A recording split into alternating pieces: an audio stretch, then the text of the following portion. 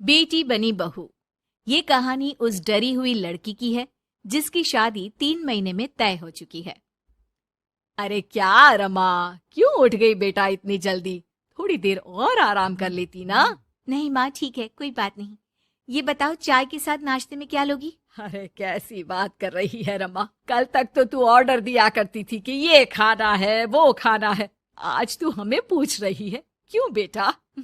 माँ अब ऐसे ही बोलिए ना, क्या खाएंगी? बेसन की रोटी बना दूं दही के रायते के साथ? माँ कुछ सोचती है फिर कहती है, अच्छा सुन, ये बता, रोहन का फोन आता है? शादी होने वाली है तेरी उससे, बात करती रहा कर। हाँ हाँ हाँ माँ, बात होती रहती है, मॉर्निंग में मैसेजेस भी डालती हूँ। अच्छा माँ, नाश्ता बना कर आती हूँ। ये बदलाव रमा में अचानक आए थे। कहाँ तो वो देर से उठती, बिस्तर पर ही नाश्ता खाना और आराम से नहाना। माँ ने बचपन से ही किसी राजकुमारी की तरह रखा। पढ़ने में होशियार और काफी सोचने वाली लड़की थी रमा। क्या बात है, आज तो नाश्ता बिल्कुल अलग बना है। ये कॉम्बिनेशन अपने घर में तो मैंने नहीं खाया। पापा, वो रोहन की मम्मी सोमवार को यही खाती है, इसलिए मैंने बनाया सीखने के लिए। ठीक नहीं लगा तो कुछ और बना देती हूँ। अरे नहीं नहीं, हमारी समधन जो खाएगी हम भी साथ बैठकर वही खा लेंगे। वैसे इट्स वेरी हेल्दी। हाँ रमा, गुड, वेरी गुड। पापा के मुंह से तारीफ सुनकर रमा खुश हो जाती है। वो रोहन को फोन करती है, पता है पापा ने मेरे हाथ के नाश्ते की तारीफ की, बोल रहे थे it's very tasty Rama. Good good, सही है। अच्छा देखो, कल मम्मी पापा कुछ भी ग्रीन वेजिटेबल का खाते हैं, जैसे पालक पनीर या फिर मिक्स सलाद के साथ ब्राउन ब्रेड। तुम बना लेना कल, और हाँ पिक्स शेयर करना, मैं माँ को दिखा दूंगा। ठीक है, भेज दूंगी। अगले दिन रमा फिर कुछ नया बनाकर रोहन को फोटो भेजती है। अपनी माँ को दिखा देना, ये मैंने बनाया है। तभी वहाँ उसकी माँ आ जाती है। ये क्या बेटा, ये हाथ कैसे चल गया तुम्हारा? अरे कुछ नहीं माँ, वो तो बस ऐसे ही। आप बताओ ना, क्या चाहिए? अरे कुछ नहीं बेटा, ला मैं हाथ में दवा लगा देती हूँ। माँ हाथ में दवा लगा रही थी कि पता नहीं रमा क्या सोच रही थी, थोड़ी परेशान सी थी। क्या हुआ रमा, क्यों परेशान लग रही हो? रोहन से कोई बात हुई है क्या? नहीं माँ, आज जो बनाया उसकी फोटो मांगी थी रोहन ने, दे तो दी, लेकिन अभी तक कोई रिप्लाई नहीं आया। माँ कुछ सोचती है, फिर रमा के फोन से उसके जले हुए हाथ की फोटो खींचकर भी रोहन को भेज देती है। अरे माँ, ये क्या कर रही हो? वो सोचेगा कि मुझे काम करना आता ही नहीं। हाँ तो सोचने देना, पढ़ाई में नहीं मिल पाता था वक्त, जितना सीखा है काफी है। वक्त के साथ ही खाना बनाना, घर संभालना सब कुछ आ जाता है। थोड़ी देर में रमा के फोन का मैसेज बजता है। रमा के पास रोहन का फोन आ जाता है। माँ को ये खाना देखने में ही अच्छा नहीं लगा, बोल रही थी कि तुम्हें बोल दूं कि अच्छे से बनाना सीखे। ना हो तो कोई क्लास ज्वाइन कर ले, मैं पैसे दे दूंगा। और हाँ, प्लीज यार ऐसी डरावनी जलने कटने खून खराबे वाली फोटो मत भेजा करो। जल गई क्या? तुम्हें खाना नहीं बनाना आता क्या?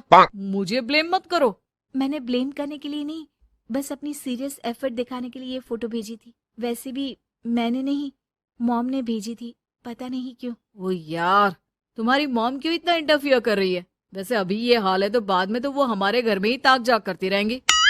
उनसे कहो कि मैं तुम्हें उस घर के लिए तैयार कर रहा हूँ जहाँ अब तुम्हें पूरी जिंदगी रहना है। रमा को रोहन की बात ठीक नहीं लगती, वो फोन रख देती है, लेकिन सोच में पड़ जाती है कि आखिर वो ये बात माँ को बताए कि नहीं।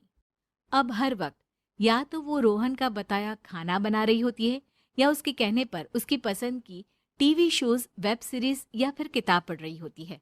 क्या बात है रमा, आजकल मैं देख रही हूँ कि तुम बहुत परेशान सी रहने लगी हो। कोई बात हो तो बता दो बेटा।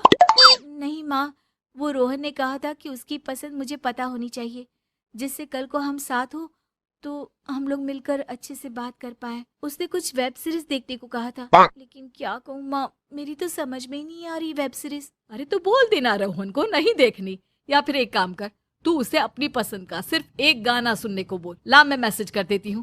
ना ना माँ, आप तो रहने दो। पिछली बार भी जब मैंने उसे बोला कि आपने मैसेज किया है तो वो गुस्सा हो गए थे। अच्छा, क्या बोल रहा था? यही कि माँ क्यों इंटरफेयर कर रही है, मैं तुम्हें उस घर के लिए तैयार कर रहा हूँ जहाँ तुम्हें पूरी जिंदगी रहना है। माँ अब समझ जाती है कि रोहन उसकी रीमा के लिए ठीक नहीं है।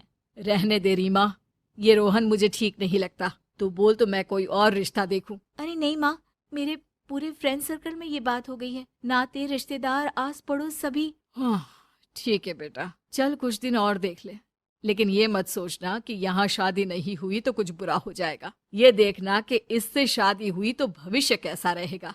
समझी? प्यार, विश्वास और इज्जत से बढ़कर कुछ भी नहीं है। रीमा माँ की बात पर हाँ बोलकर वहां से चली जाती है। अगले रोज रोहन का फोन रीमा के पास आता है। मैंने तुम्हें एक स्किन डॉक्टर का फोन नंबर दिया है।